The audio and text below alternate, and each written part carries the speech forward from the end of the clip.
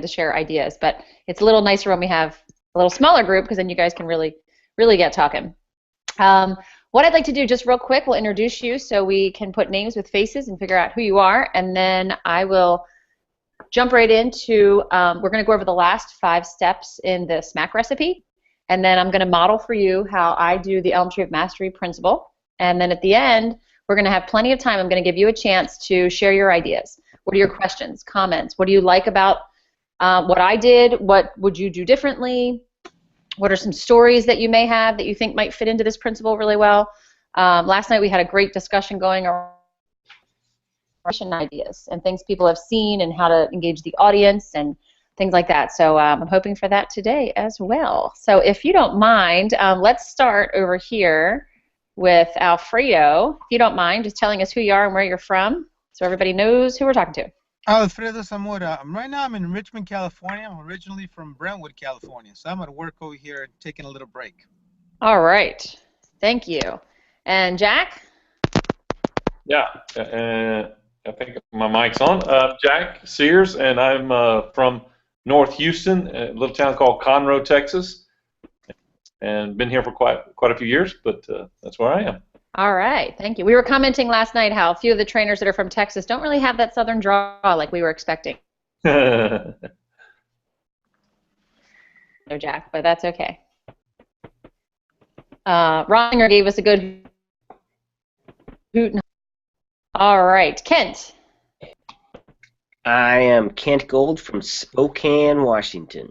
All right, and how far north is Spokane, Washington from Portland? We are right on the border of Washington and Idaho. Oh, okay.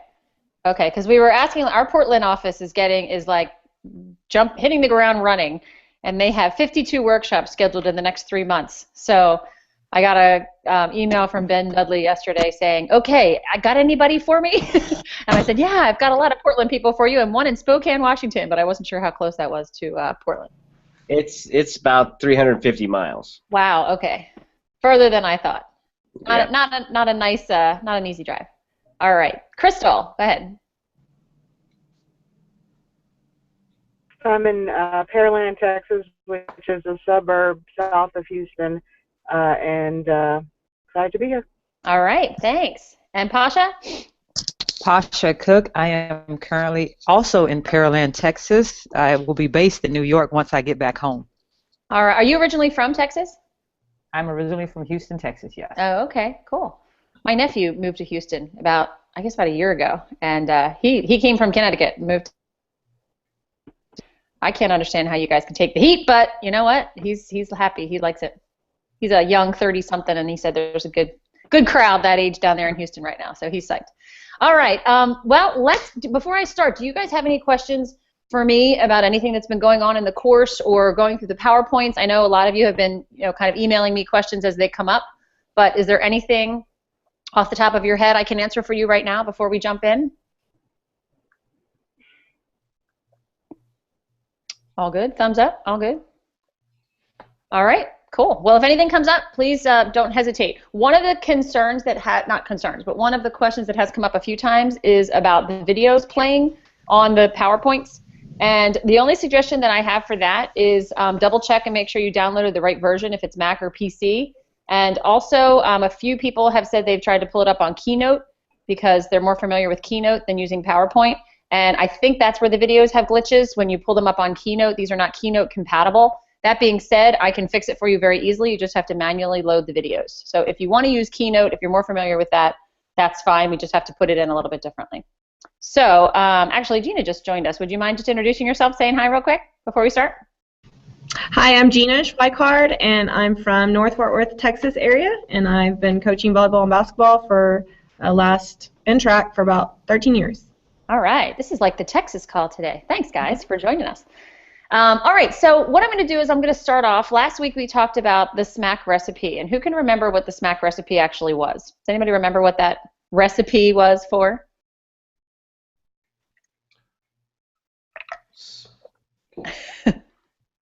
My daughter was listening to me do this last night. She's like, SMAC, Mom? What are you teaching these people? Mac. Are you asking in regards to like when to use that, or? No, I just mean, what I'm is it? What not is the following the purpose of question. a SMAC recipe? Systematic, methodical, and consistent. For- What's the purpose of it? For the best presentations? There you go. Best Yeah, workshops. effective Basically, presentations. Yeah. exactly. Effective workshops from PCA's point of view. We have borrowed it from Jim Collins' book, Good to Great. He recommends that every company have a SMAC recipe for anything that they do. We want you to put your own passion, your own energy, your own excitement, your own ideas into these workshops. But this is sort of a framework. If you include all these 11 steps in your workshops, it will be successful, and even more so with all of your lovely things added in there, all that magic in the room, as Eric Eisendrath calls it. You are the magic in the room. We just give you the framework. So last week we talked about the first 6 steps. I'm not going to go through them in detail, but I'll just read through the title so you know kind of where we're headed. The first one was knowing your content cold. The second one was reaching the partner ahead of time, reaching out to the partner ahead of time. The third one was arriving early, which is something we always recommend. Number 4, be game ready when the workshop's ready to go. Number 5, start with a bang or start smoothly, which leads into number 6, which was involve and validate participants. Get multiple voices in the room within 5 minutes of your intro. Today we're going to talk about the last 5. And number 7 is make the book a lasting resource. Now, this, I think this is something that you all read the book. You've all seen the book. You know it's a simple, easy read. But I have sat through workshops and watched trainers that have not even referenced the book once. Most people that have been able to dive into this book have found, I have a lot of coaches that say, this is my Bible. I keep it in my coach's bag. I go back and I look at it and I think of, you know, because at one point in the season you might have trouble with emotional tanks being low. At the other part of the season you might have trouble with disrespecting officials. So it's something you can go back to. These books are also a product that we sell. PCA's partner managers, they really push these because it's something that we can actually profit from making books. So if the partner has made an investment into the books, we want the trainers to be able to tell the people how important it is that they use them. That being said, too, I like it when you can open up the book and show them where the pages are. Ask them to dear mark, what am I calling? Dear mark, dog ear. I got ear mark and dog ear mixed up. Dog ear the pages and circle things. This isn't a workbook where there's fill in the blanks, but there are a lot of spaces on the side, and I have them when they reference pages in the PowerPoint. I have them go back and open up to page 23. Take a look at that example. Read it out loud, something like that, just so that they know that there's a lot of things in the book they can use. So that's huge. Number 8 is... Question, yes, go Kelly? ahead. Yep. Where's the best place to get more copies of the book? For your own use or for other people? For our own use or to give out or? Okay, do you have a copy? You have a copy, right? I have a copy, yeah. Okay. So the best place is a man by the name of Colin Brush, and I can give you his email address. He is the one that supplies all the books for all of PCA for every partner, him and his assistant Jessica. Certified trainers, if you need a few extra books, you email them to Colin and you say, hey, can you send me a few extra books kind of to hand out for PR reasons? Associate trainers, I'm not sure how that works yet. That's a good question, but I'm sure we could get a few of them to you, no problem. If you order 35 of them, they might say, hey, whoa, we gotta charge you for these, but we're pretty good with getting books out to trainers because we know that you're using them to share with other people. So I can give you the email address for them and we'll get those to you also. Okay. Yep. And if any of you, we are certifying you in Double Gold Coach 1, but if any of you are interested in seeing the book that goes with the other workshops, the parent book or the athlete book or the leadership book, just let me know and I can have that book sent to you as well. When you do become a full-fledged certified trainer, we send you a backpack that has all of the books for all of the workshops in it. So you will get that eventually, but if any of you are just chomping at the bit, let me know and I can have that sent to you. Can I? Yep. I want to just a quick question. So when an organization wants to have a workshop, they tell you how they let somebody know how many are going to be in the workshop, and then those number of books are sent ahead of time. Is that correct? That is correct. Yep. Now the assumption is that the books are not handed out until the day of the workshop. I actually did an athlete workshop yesterday in Maryland, and it was the first time in the 7 years I've been doing this that the athletic director handed out the books to the athletes and had them read it before I came, which I thought was so cool. It was like a homework assignment. You know, your workshop is going to be on Wednesday, and I need you guys to read this book. So they all came with their book already read. And I actually sent that idea to the partner managers and said, this was fantastic, because they already knew the material, and then we were able to just add to it and do a lot of interaction with it. So Usually we assume the books haven't even come out of the box until you show up. Okay, thanks. All right, any other questions about books or anything? And the other thing, part of that too, we recommend that every partner, every workshop, there are books available, but that's not always the case. Sometimes the partners say, you know what, we just don't have it in our budget. We're not going to be able to order the books right now. I think the cover price for the books is $12.95, but the partners get them for $5 a copy when they order them with their workshops. So I have shown up at workshops before. That's always one of the questions I ask at the 3-day ahead of time phone call. Do you have books or did you order books? So that's something I'd like to say maybe, 20% of the time there might not be books. I usually have a lot of success, but there's other regions that don't push the books as much. All right, moving on. Number 8 is hone your stories. This is I think one of the most crucial and most difficult parts of the SMAC recipe to get. Ruben and Eric and everybody that has ever seen me do a workshop knows that I probably could never tell a good story in 60 seconds. I'm just not that kind of a person. It says in the recipe, hone your stories so that you can hit the key PCA points in an impactful way in less than 60 seconds. That is a struggle for me because I like to tell stories. However, I have gotten much better.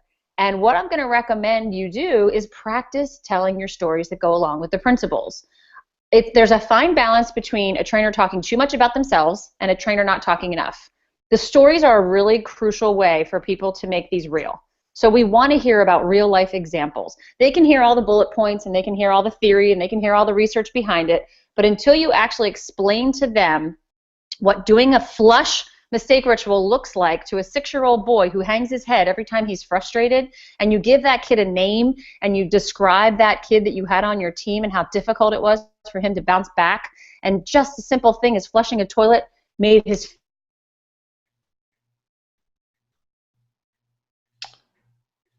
She disappeared.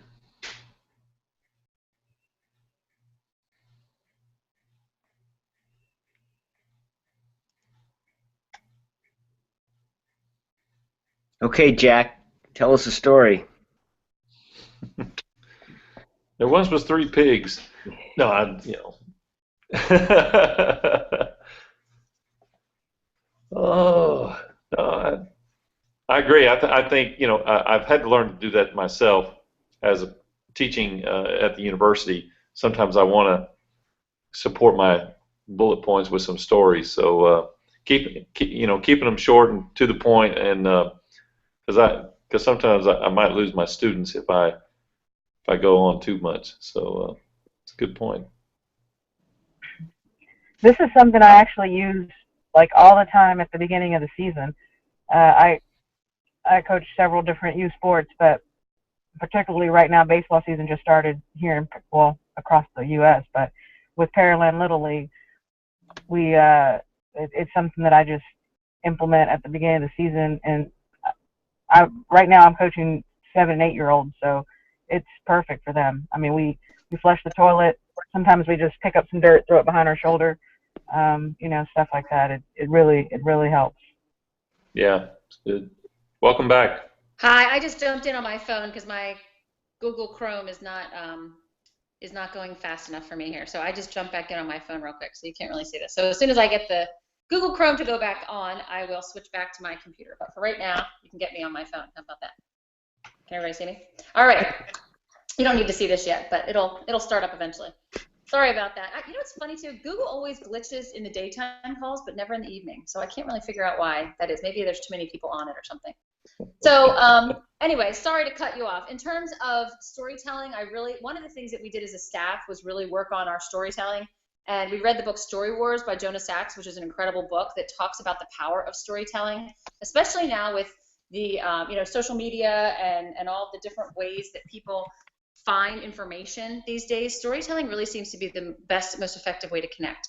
So as I said, I would suggest that you practice your stories in front of a mirror, in front of your children, in front of your iPhone recording you. Whatever you can think of to do to tell a story, I guarantee it will take longer than you think. So even if you tell this, you think, okay, this is a pretty quick story, you're going to find when you actually time yourself, your story is longer. All right, now I'm back on. Let me get rid of this now. Okay. I'm still on both. Hold on. I'm so sorry.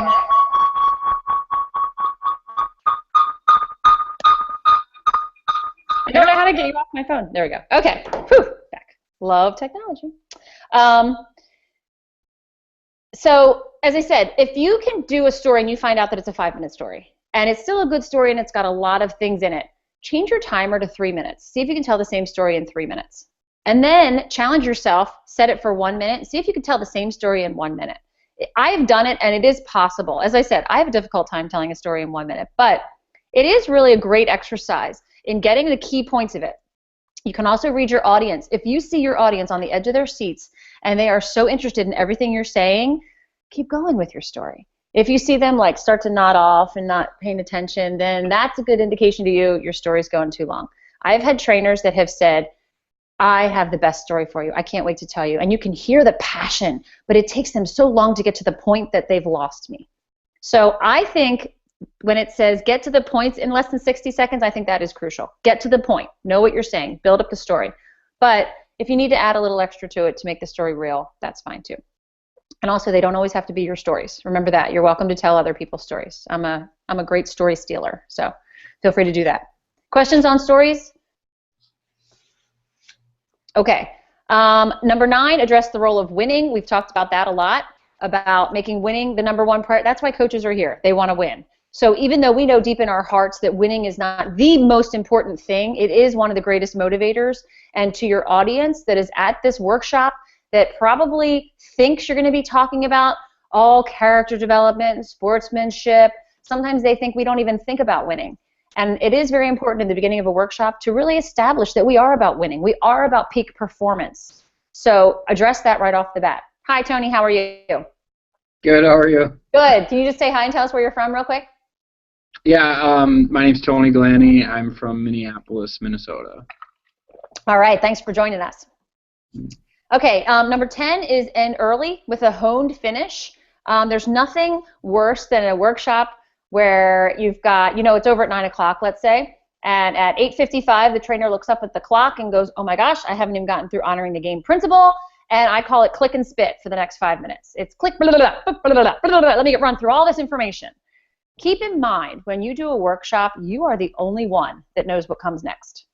And there is nothing worse than somebody feeling rushed at the end. I have seen workshops end beautifully with a lovely honoring the game story, more than click and spit through every single one of the slides that we have. If you don't get through all the slides, it's not the end of the world. The concept, the idea is most important. And if you can find a creative way to get through it, that's great. That is also a good reason to pace yourself and manage your time. I have a timekeeper at my workshops, and I will tell to somebody in the front row, would you mind helping me with time? If there's not a clock visible, because I don't want to be constantly looking at my phone or looking at my watch, but I always ask somebody in the audience, could you keep time for me? Could you just kind of wave to me every 15 minutes, so whatever time it starts. So I have an idea. Each of my principles, I like to go about 15 minutes. So if they just go, hey, 15, I'm like, okay, thank you. And that keeps me on task, and it keeps the person in the audience feeling like she really cares about our time.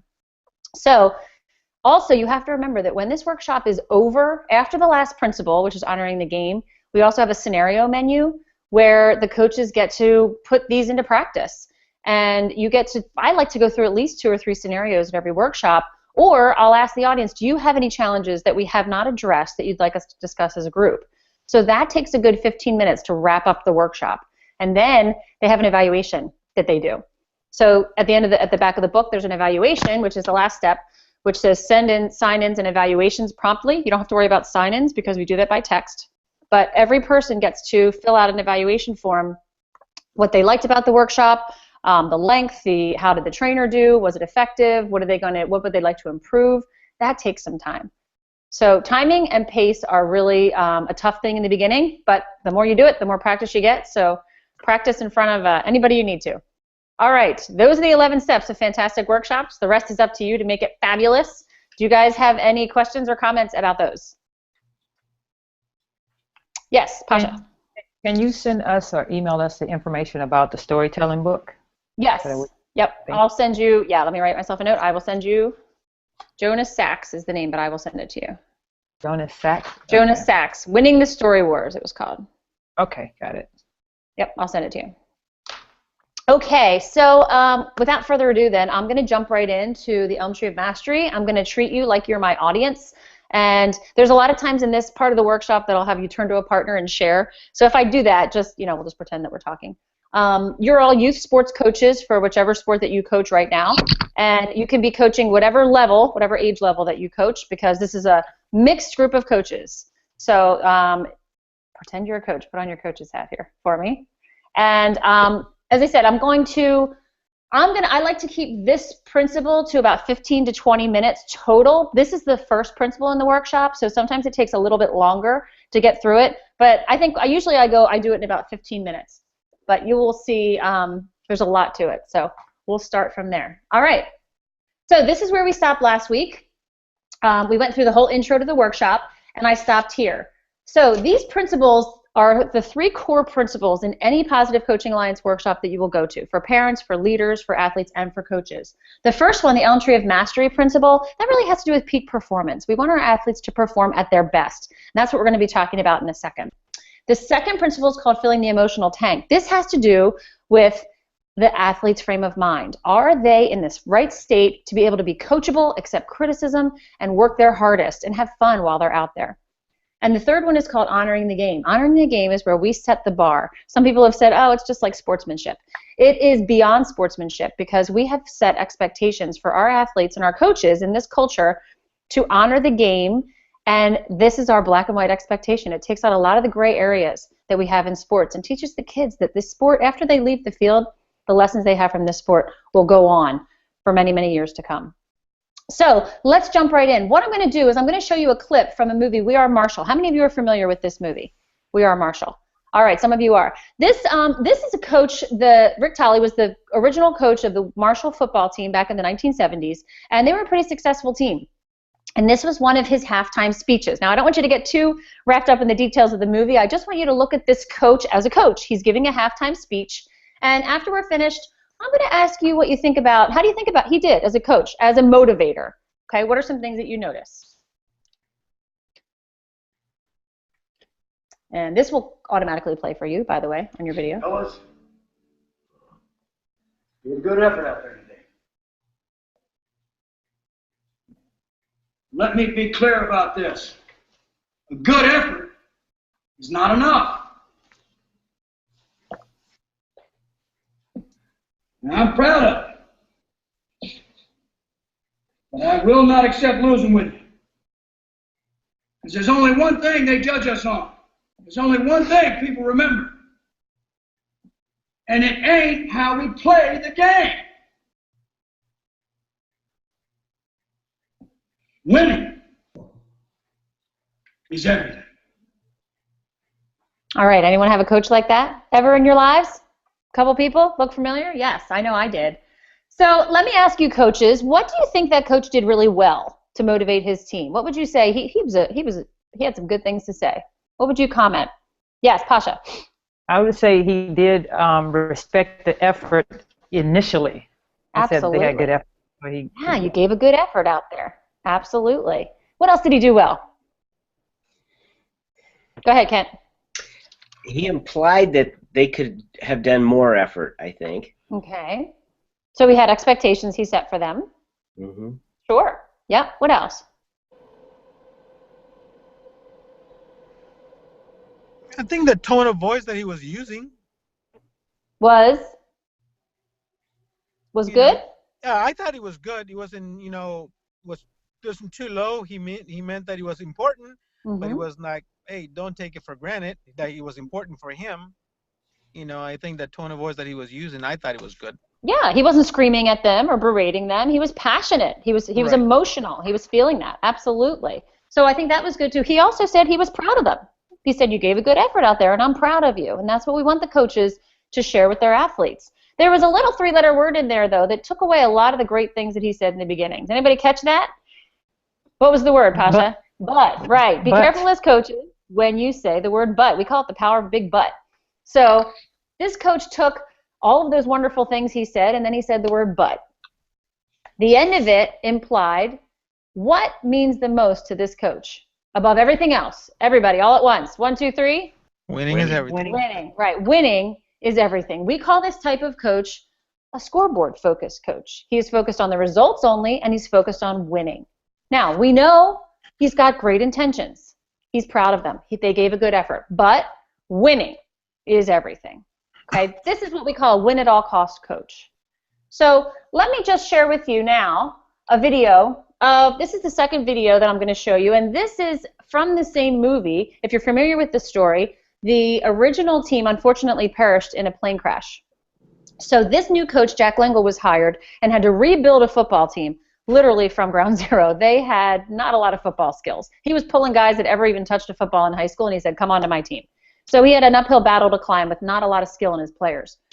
He really didn't have the option of winning like the other coach did because he knew that was pretty far off goal. But what he needed to do was motivate his players. So what I'm going to do is show this clip, and I want you to pay attention to what this coach uses to motivate his players. I want to talk about our opponent this afternoon. They're bigger, faster, stronger, more experienced, and on paper, they're just better. And they know it too. But I want to tell you something that they don't know. They don't know your heart. I do.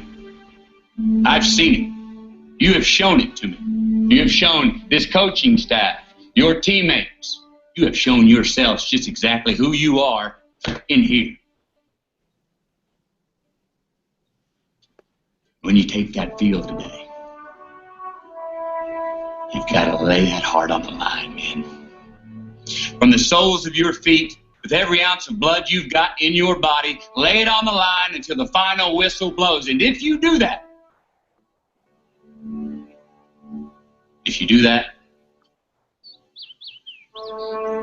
we cannot lose.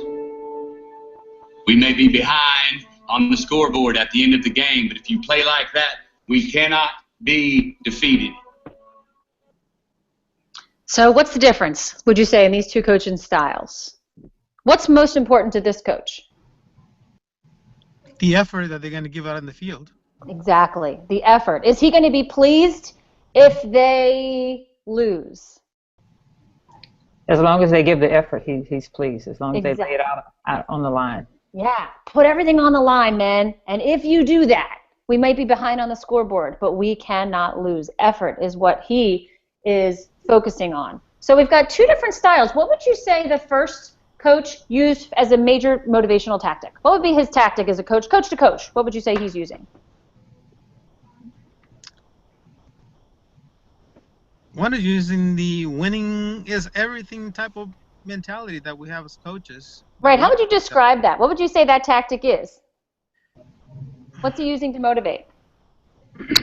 Outcome. The results. Outcome. Right. Outcome, results, some would say even fear. He's trying to kind of put the fear into him. Winning is everything. What is this coach using as his major motivator? I think he's using belief in them and their ability to lay it all out on the line, basically. Exactly. Belief in the players. Crystal, were you going to add to that? Yeah, just pride for themselves. What he's seen them do. It's been a triumph, and they've overcame a lot of things. So he wants them to take that same passion and display it on the field. Absolutely. Do these players that he's talking to, do they have control over the outcome of the game 100%? No. What do they have absolutely no control of? What do your athletes have no control of in any game that they start out playing? Let's see if we can name 5 things the athletes have absolutely no control over in a game.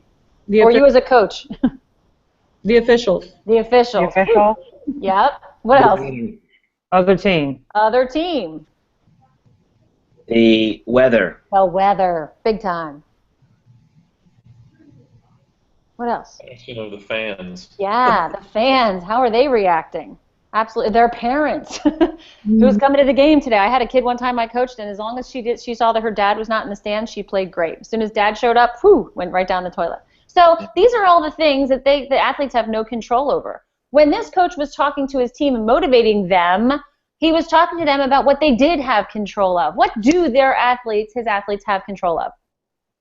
Their actions. Their actions. Their own effort. Their effort. The way they react. Okay, so these are all things, what we're talking about here, and I'm gonna skip this for now, guys, and I'll tell you why in a minute, but I'm gonna skip this Joan Duda study temporarily. What we're talking about right now is two different types of environments. One is a scoreboard definition of success. Are you winners because your score was higher than the other person's, or your race was faster, or you scored more goals? That is a scoreboard definition of coaching and a team.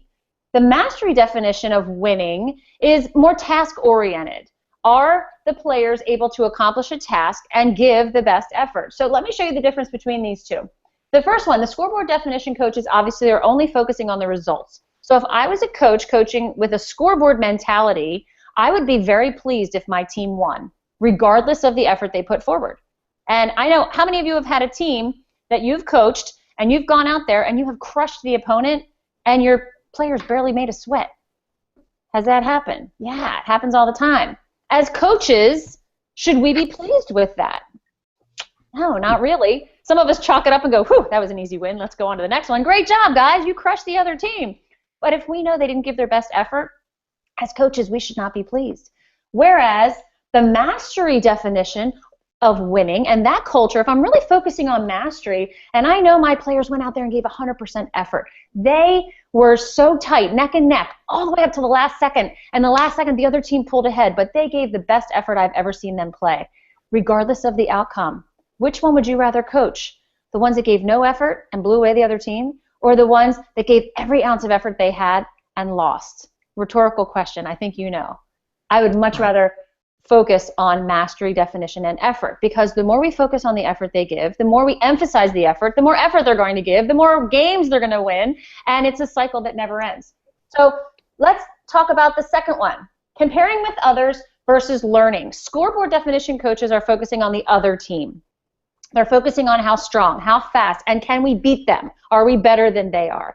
And we all know as coaches, sometimes our players are just not going to be as good as the other team. I, as a young basketball coach, I was hired to be a Division III basketball coach right out of college, and we were very short, to put it nicely. Our tallest player was about 5'7", which was not a great team to have on a basketball team at a Division III school. I had quick little scrappy players. We went up against, the very first competition we had was against a team, and I promise you that the shortest person on their team was 6 feet tall, and this was Division III. So walking into the gym, I see these monsters, I see my little team, and I think, okay, I'm going to motivate these girls. And here's what I said. Guys, I know they're stronger, I know they're faster, I know they're taller than you, but I believe in you guys, and I know you can do it.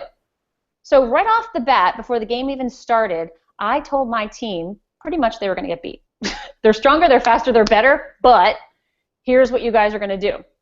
I also said to my team, I don't want you to worry about the score right now. All I want you to do is get every rebound. That's what I want you to focus on. So right now I'm telling them that they're stronger, they're faster, they're better. I want them to get every single rebound. Well, first couple times down the floor, guess what? We got crushed on the boards. So the girls are looking at me like, okay, coach, now we're getting crushed on the score and we're not getting any rebounds. So I'm going to come back to that story in a minute. Let's talk about learning. That scenario that I just gave you, that true story that happened, instead of me telling my team, they're stronger, they're better, they're faster, but you guys can get them, what could I have helped my team learn from playing against a better skilled opponent? Coaches, give me some coaching advice that I should have used back then. I think of the same type of scenario. The players already see it, and when you walk in the field, like for us, you can see it in their faces. When they look at the other side of the field, you can see that the other kids they can tell that the kids are bigger, they're stronger, and with technology now, they know the ranking of the other teams. True. They pretty much, a lot of times, they feel like, hey, man, we're not going to win this game. The whole thing is trying to motivate them to get into the, you know what, every team got his day. They can beat us 10 times out of 11, but we might win this time. This might be the one, just to feed them, because they can see the other players. They can see that they're taller, the way they're striking the ball. It's like, it's going to be tough. But the whole thing is like, hey, trying to, you know what, we'll try to keep the score low, at least in my mind, without letting them know. That's my thinking, is like, you know what, I'm just going to try to make them competitive. It's like, hey, if we can keep the half, 1-0 or so, then they're going to start believing in themselves. We might lose still the game, but at least it's going to be the effort that they're going to be given instead of getting us killed. Okay. Okay. So you're focusing on that half at a time. I like that. I like that. Kent? What I've always found in situations like that is to remind the players that they are skilled players too. Mm-hmm. You know, hey, this is a good team. It looks like a good team we're playing here, but you guys are good too. You've put in the effort. You've put in the time. You guys are good ball players too.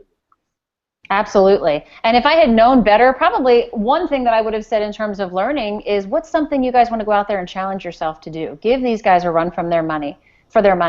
Because I have seen, and I know all of you coaches have seen, you've gone into games before where you thought you were going to crush them, and your team plays down to the level that they're playing against. And I've had other times when I've walked ready to play, and I'm thinking, man, we're going to get beat, we're going to get just killed. And all of a sudden the players, their skill level rises. Rising and lowering of skills level is directly dependent upon what they learn in the game. So let's focus on the effort, let's focus on the learning, and the last one is most important of all. Scoreboard definition coaches make it very clear that mistakes are not okay. So if I was on your team, let's just say I was playing lacrosse, and I got penalized, and I have a free shot, there's a couple seconds left in the game, I draw back, I shoot, and I totally miss the whole goal. Okay, I turn around, I look at you coaches, you are not happy. You are the win-at-all-cost coach that tells me it is not okay that I made a mistake. Show me non-verbally what it would look like when I turn around. Are you ready? Shoot, miss, show me. Shaking heads, arms up in the air. Yeah. Now, next time I get an opportunity, I'm your player that just saw how you reacted to that. Next time I get the chance to get a free shot, how am I going to feel? Nervous. I'm going to pass it to somebody else. You got it. Nervous, anxious, scared. Pass the ball off. I don't want that guilt on me. Absolutely. The number one impediment to peak performance is failure, fear of failure, and fear of failure of mistakes. So think about that, coaches. You're putting that fear into your players. It will, in turn, cause them to not perform at their best. Whereas, let's talk about mistakes are okay. Mistakes are the lifeblood of learning. We know that. John Wooden, one of the greatest basketball coaches of all time, said the team that makes the most mistakes wins. Now, how can that possibly happen? The team that makes the most mistakes wins. What is a team that is not afraid to make mistakes? What do they look like on the field or the court or the pool? Confident. Confident. What else? Describe them to me. No fear. No fear. What are they physically doing? Moving on to the next play. Right, they're moving on. They're aggressive. They're ready to go. I don't know about you, but if I were coaching a team, I would much rather have a team that looks all out, crazy, adrenaline, confident, having fun, than a team that's worried that if they screw up, I'm going to yell at them. The performance is going to be better. So we call this the ELM Tree of Mastery because effort, learning, and mistakes spell out ELM. And ELM trees are strong, and they have strong roots, and we'll talk about the roots in a minute. But the research from Robert Roser at Stanford is one of the researchers that has contributed to this. What we found is this mastery definition culture is actually non-controversial in sports psychology. When you are coaching for task goals and you're coaching in a mastery environment, performance is going to increase. Reaction time is going to increase. Kids can think better on their feet and they're more confident. The confidence level is going to go, the anxiety level is going to go down. Confidence then is going to go where, everybody? Thumbs up or thumbs down? It's going to go up, way up. If I could trade in my basketball team that I put fear into way back when for a team of kids that were not afraid to make mistakes, had high self-confidence, had low anxiety, I don't care if they were the tiniest team in the world against the tallest monsters in the world, they would have played better. And I want to go back and tell them that right now, but we can't always do that. So why? Here's the key. And this is what Jim Thompson, the founder of our organization, calls the secret sauce. This is what makes coaching and mastery so simple.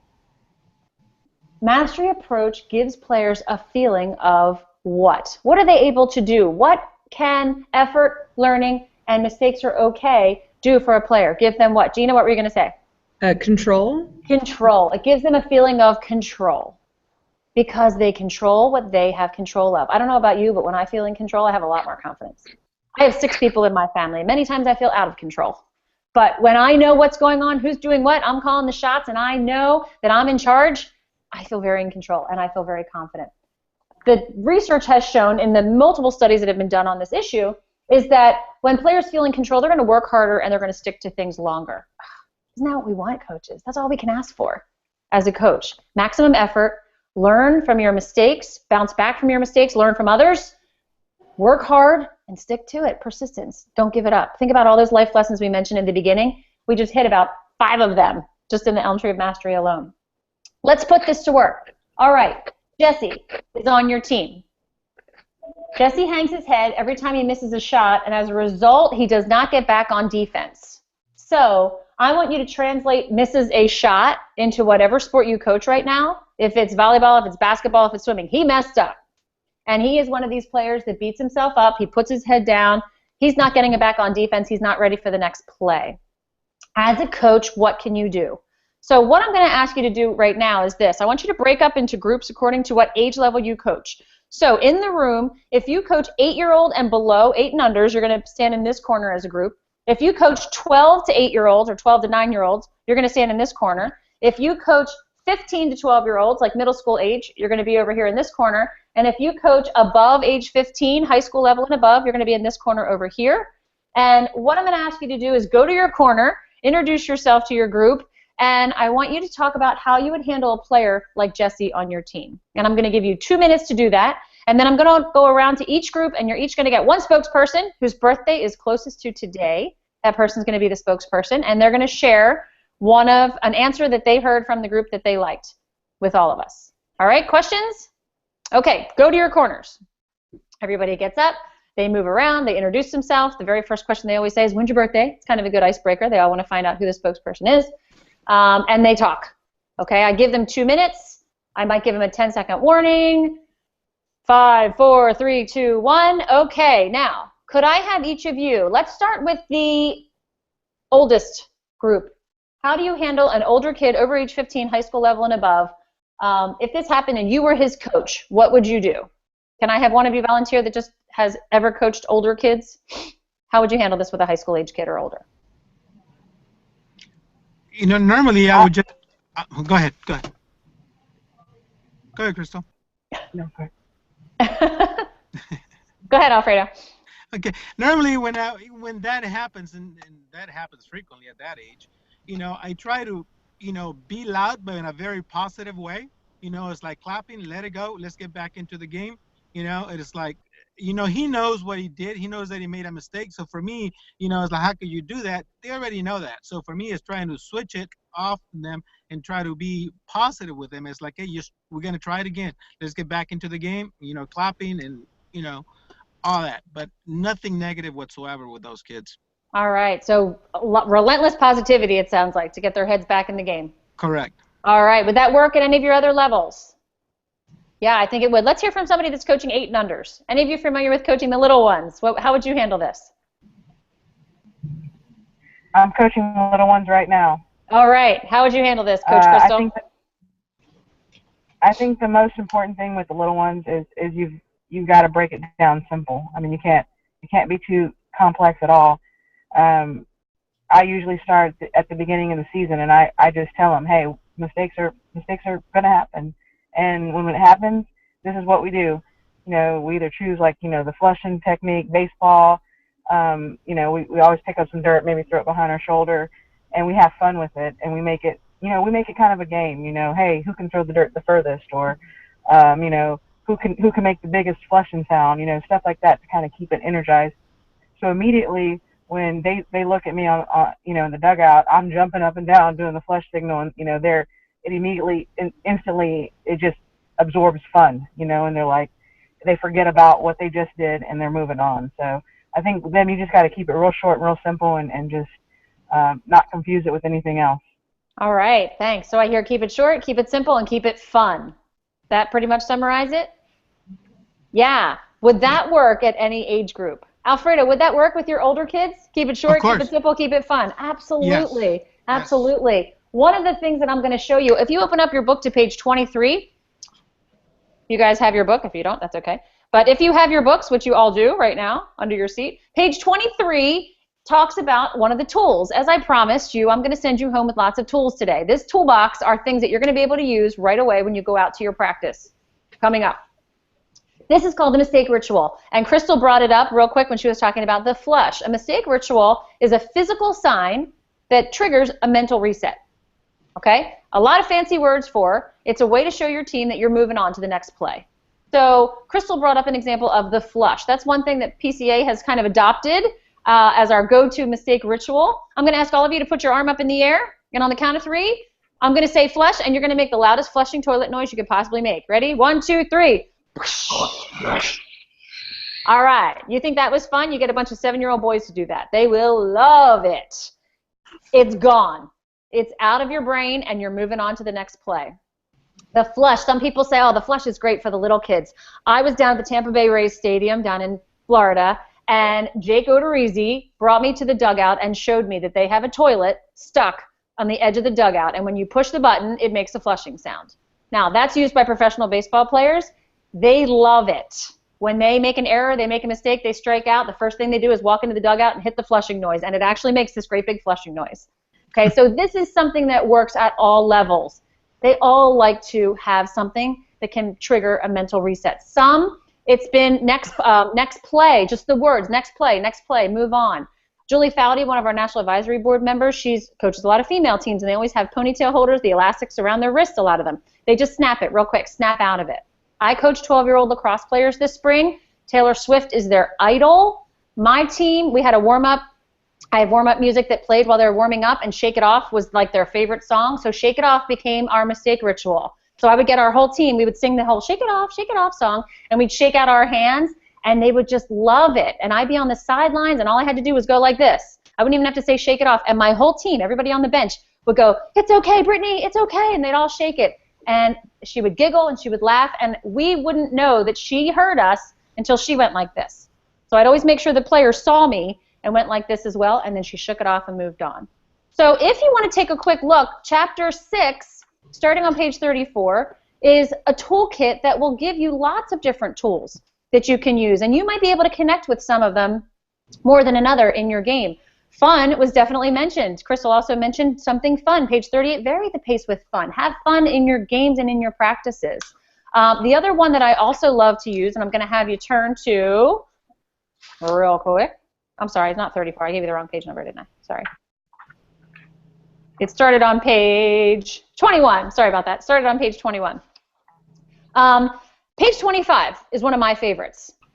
I was a coach and I was an athlete, and I always set goals for myself. It was something that I just got very comfortable doing.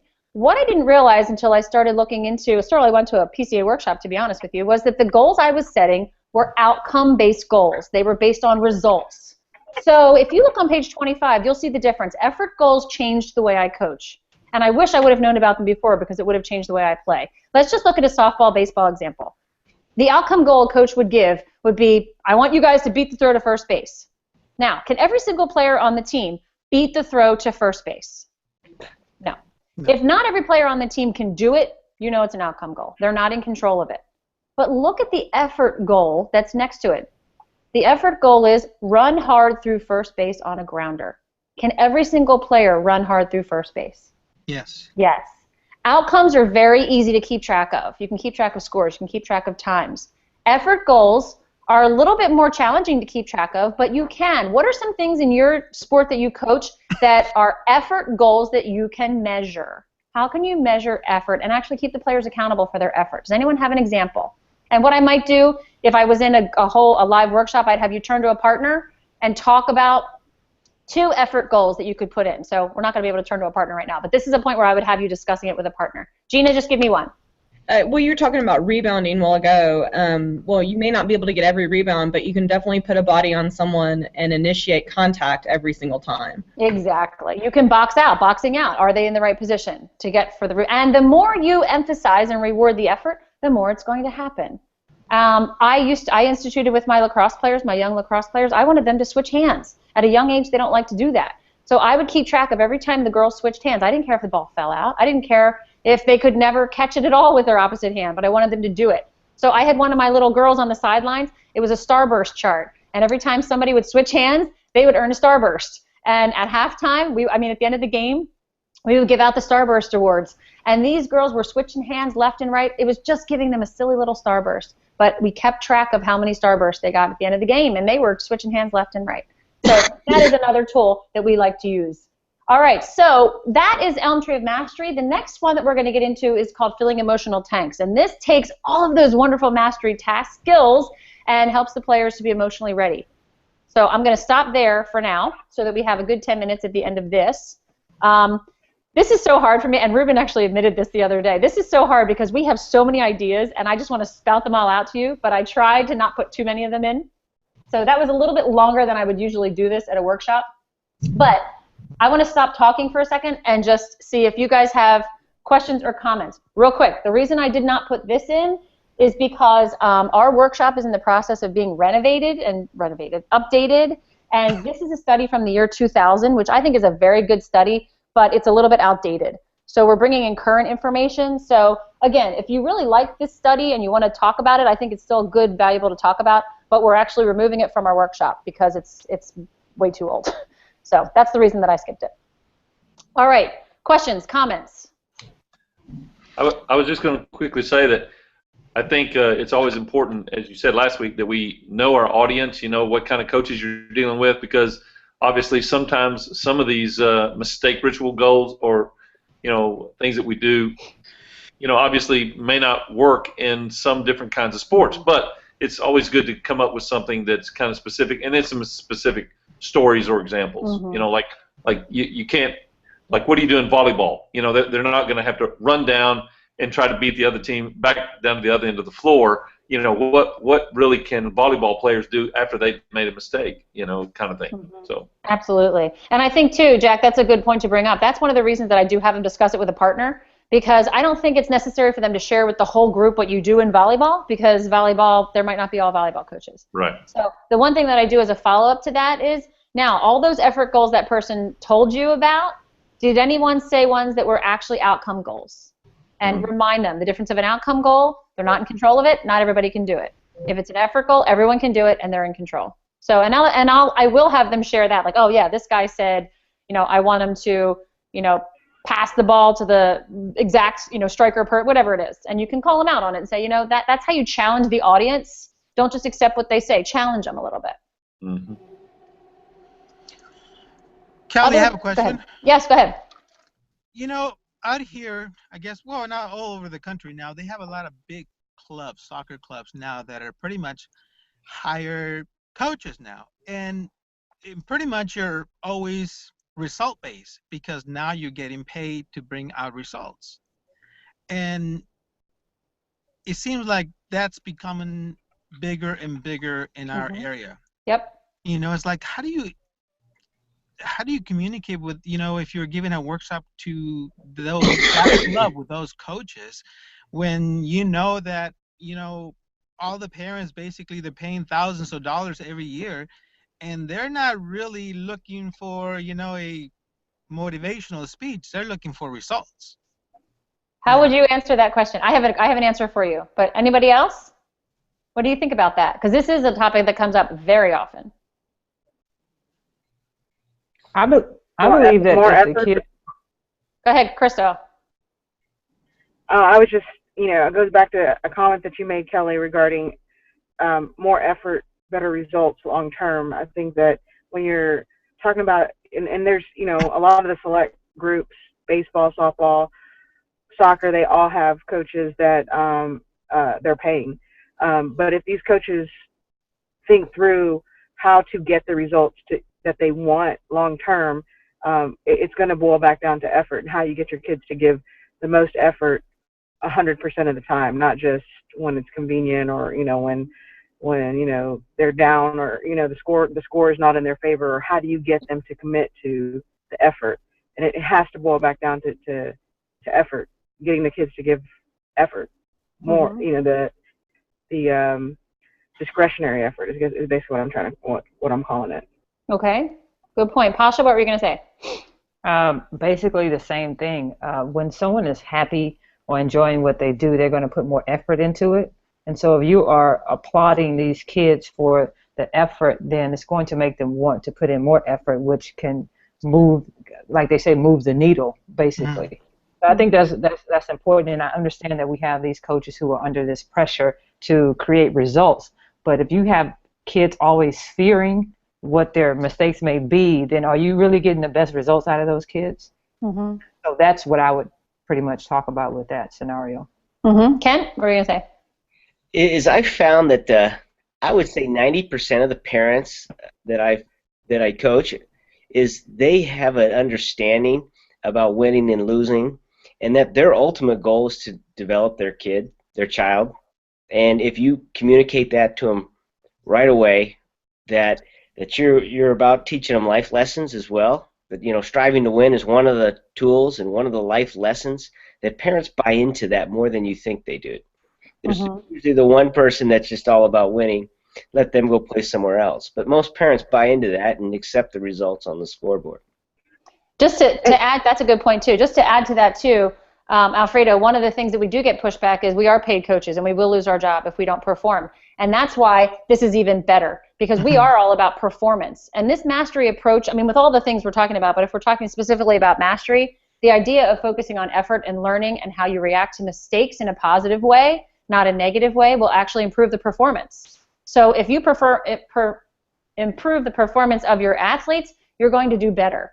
And so we are not focusing on the results. The results are extremely important to us. This is a both and. It's not that you're either going to be a positive coach and lose, or you're going to be a negative coach and win. The research and the practices of the best coaches and the winningest teams out there have told us that mastery works. We're not saying we want you to be coaching in a mastery environment and be more positive because we want everyone to hold hands and sing Kumbaya. We're doing it because we know that this type of coaching works. We didn't develop this system of ELM Tree and then teach it to teams and then watch them win. We took the winningest teams and watched what they did and then developed the principle. Does that make sense? Yes, it does. So that's what I like to convey with the coaches, that this is not something brand new that PCA made up and said, hey, let's sell this. We're going to sell lots of books and sell lots of workshops. This is us researching, observing, and saying, man, how does Phil Jackson take a team of NBA players? How do they win so much?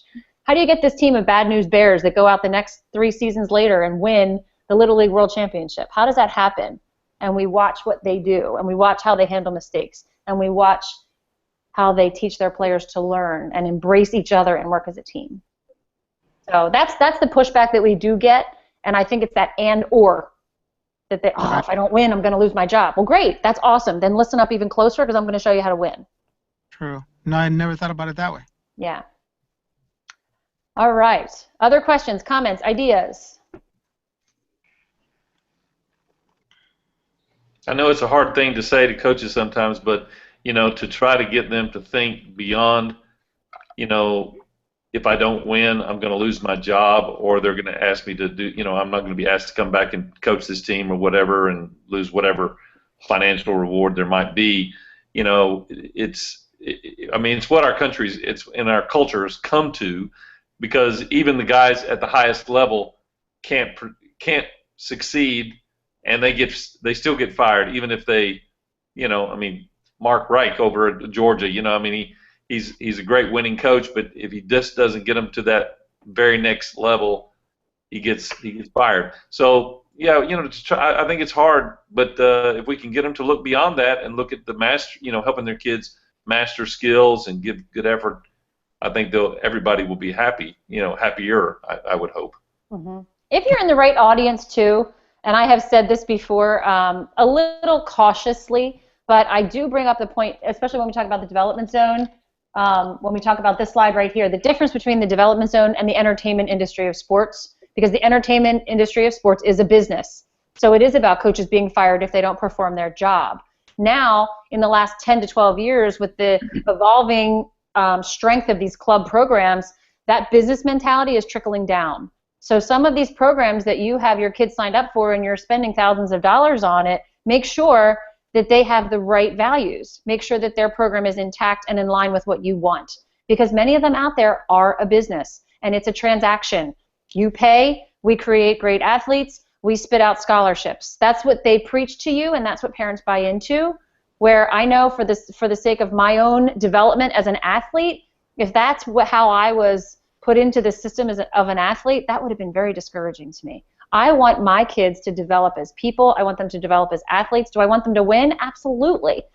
But more importantly, I want them to learn to work hard, to bounce back from mistakes, to learn all around them. When the person, fakes left and goes right, I don't want them to beat themselves up. I want them to learn from it. So that's kind of, it's a fine line at parent workshops that we cross sometimes, but I think some parents just need to hear the message because they don't quite get it, and you get wrapped up on that race to nowhere. That's what's a great article. If you ever guys want to read a good article, The Race to Nowhere, it's all about that. So it is 1 o'clock, so I am going to stop there. Let me just, if I can borrow you for one more minute, let me just explain what next week is going to look like, and then I'll be hanging out for a little bit if you guys have any questions or anything else. Next week's going to be a little bit different. Next week we get into the ELM Tree of Mastery, which is my favorite principle because I have the most fun with it at a workshop. It lands smack in the middle of the workshop, and there's a lot of fun things you can do with it, but it's only 5 slides. Here it is. So it's this, talking about what the ELM Tree, emotional tank. I'm getting mixed up now. Filling the emotional tank is the next principle. 5 slides. Thank you. I'm tired. Can you tell? 5 slides. So it's this empty tank. Why? What is it? What does it mean? How? What drains the tank? What fills the tank? And then the magic ratio. And that's it. So it's very few slides. And what I'm going to do is on Monday, I'm going to send you the link to the Google Hangout that I did in the last course. So you're not going to recognize any of the people in it. But you're going to see how it's demonstrated. I will also send you the link to a couple of our trainers, and you can watch them present just this principle. And then what we're going to give you an opportunity to do next week is to show us in 10 minutes how you would present the principle.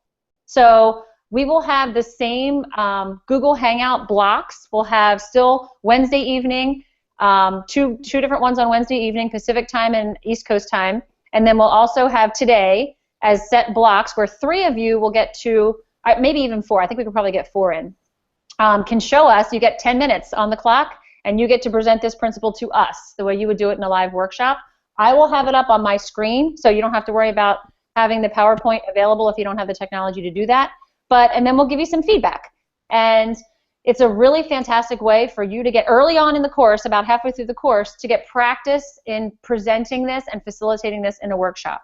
Now, aside from those 3 Google Hangout times, I'm going to have some other time blocks throughout the week that you can sign up for. So, if the certain time doesn't work for you or there's too many people already signed up, I'm going to have other times available. So all of you are going to get a chance to have a 10-minute block. So start thinking about how would you present this in a workshop, filling the emotional tank. Questions?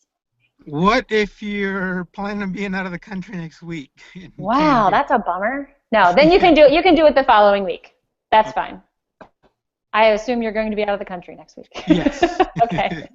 No, that's fine. That's fine. You can make it up another time. But it is one of the, we started doing this just in the last course, and when I got feedback from them, they said that they think this is one of the most important things they did. Instead of waiting till the end, you get a chance to tell a story, run an activity, see what you would do.